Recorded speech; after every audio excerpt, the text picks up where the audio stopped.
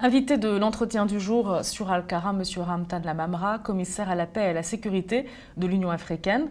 Monsieur Lamamra, merci d'avoir accepté notre invitation. C'est moi qui vous remercie.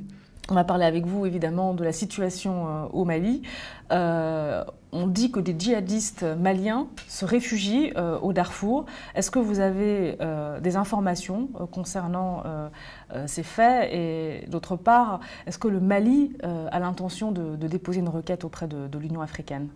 Ben écoutez, nous suivons de très près la situation concernant le Mali et nous suivons les informations, notamment médiatiques, faisant état du départ d'un certain nombre de combattants terroristes rebelles vers des pays plus ou moins voisins.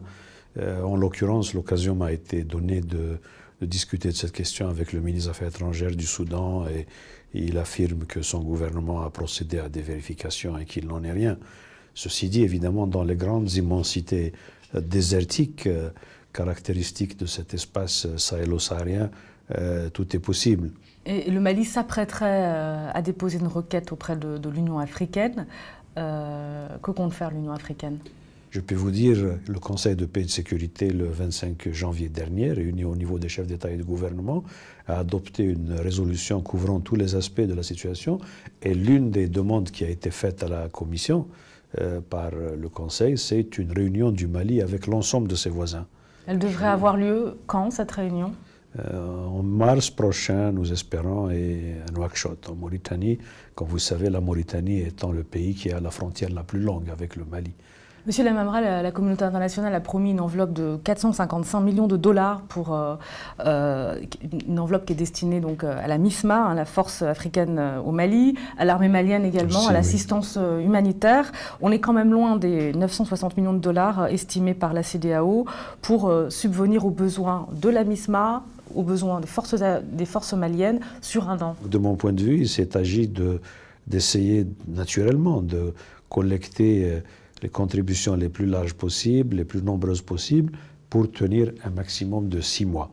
Mais nous n'avons pas cessé de souligner le fait qu'il s'agissait là d'une responsabilité importante pour les Nations Unies et qu'il fallait nécessairement passer d'un financement sur la base d'arrangements ad hoc, comme la résolution 2085 le suggérait, à un financement plus stable, plus prévisible, plus suffisant, qui se ferait sur la base du budget des opérations de maintien de la paix des Nations Unies. Donc le budget onusien répond clairement, et cette logique financière répond clairement à une logique de déploiement des casques bleus au Mali?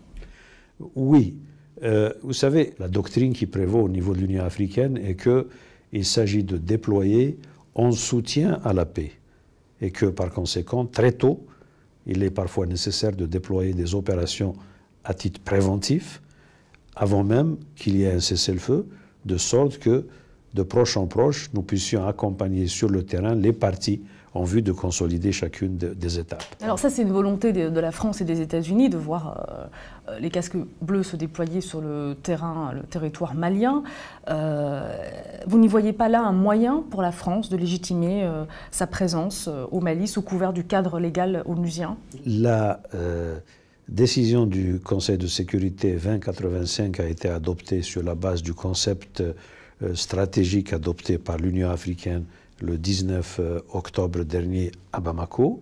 Et donc, la résolution est en tout point fidèle à ce que l'Union africaine, la CEDEAO et les autres partenaires ont proposé déjà à Bamako. Et il était absolument clair qu'il fallait assister, aider les forces maliennes à réaliser une partie offensive destinée à reprendre le contrôle des agglomérations, ce qui est d'ailleurs une condition sine qua non pour l'organisation d'élections générales, démocratiques, transparentes, et que s'en suivrait une opération de plus longue haleine, qui serait une opération de stabilisation, de consolidation, une opération qui aiderait à l'expansion de l'autorité de l'État, mais de façon durable. Et donc, la première opération est celle qui est en train de se faire, sinon de se terminer. Et il est tout à fait naturel de penser à cette étape suivante, qui sera une étape de consolidation. Le déploiement de cette mission onusienne suppose donc une résolution du Conseil de sécurité, mais aussi l'accord des autorités maliennes. Oui, oui. Les autorités maliennes qui, pour l'instant, se montrent réticentes, en tout cas prudentes vis-à-vis de cette idée de déployer des casques bleus sur le territoire malien, par crainte justement de voir la situation s'enliser au Mali. Crois que la prudence est le Est-ce que ces craintes sont justifiées selon vous? Bon, la prudence est le mot, ce n'est pas une hésitation et encore moins une objection, d'après ce que j'ai compris. Mais la prudence tient au fait que les opérations onusiennes en Afrique n'ont pas toujours été populaires. Et souvent à juste titre. Pour une bonne raison, qu'il s'agisse de la toute première au Congo, avec ce qui s'est passé, y compris donc la mort accidentelle du secrétaire général des Nations Unies, Daga Machod, et tout le reste, Lumumba et les autres dimensions de cette tragédie, qu'il s'agisse même aujourd'hui de la MONUSCO et d'autres. Et donc l'Afrique est véritablement soucieuse d'amener les Nations Unies à développer, à améliorer les conditions de fonctionnement des forces des Nations Unies en Afrique. Si vous comparez les forces des Nations Unies avec ce que la MISOM fait en Somalie, la MISOM, mission de l'Union africaine en Somalie, jamais, l'histoire le dit, dans la décennie des années 90, 2 opérations des Nations Unies ont eu à être démantelées en Somalie sans avoir atteint le résultat escompté. La MISOM est en train, avec l'appui des forces gouvernementales somaliennes, de changer complètement la configuration géopolitique du pays et sécuritaire du pays également. Et donc le point que je veux souligner ici, c'est que le gouvernement malien, qui est à l'aise avec le mandat de la MISMA, souhaite que si opération des Nations Unies devait y avoir, il faudrait que ce soit pour le même mandat, c'est-à-dire un mandat chapitre 7, un mandat d'imposition de la paix et non pas de maintien de la paix, un mandat de soutien à l'État malien pour instaurer ou rétablir son autorité sur l'ensemble de son territoire, un mandat de protection des civils maliens partout où leur intégrité physique devait être menacée. Les dernières évaluations portent les effectifs de la MISMA à 8 000 hommes. Pour l'instant, seuls 2 000 hommes sont mobilisés. Est-ce que la lenteur du déploiement de la MISMA révèle en fait les failles de l'architecture de paix, de sécurité de l'Union africaine, de la CEDEAO?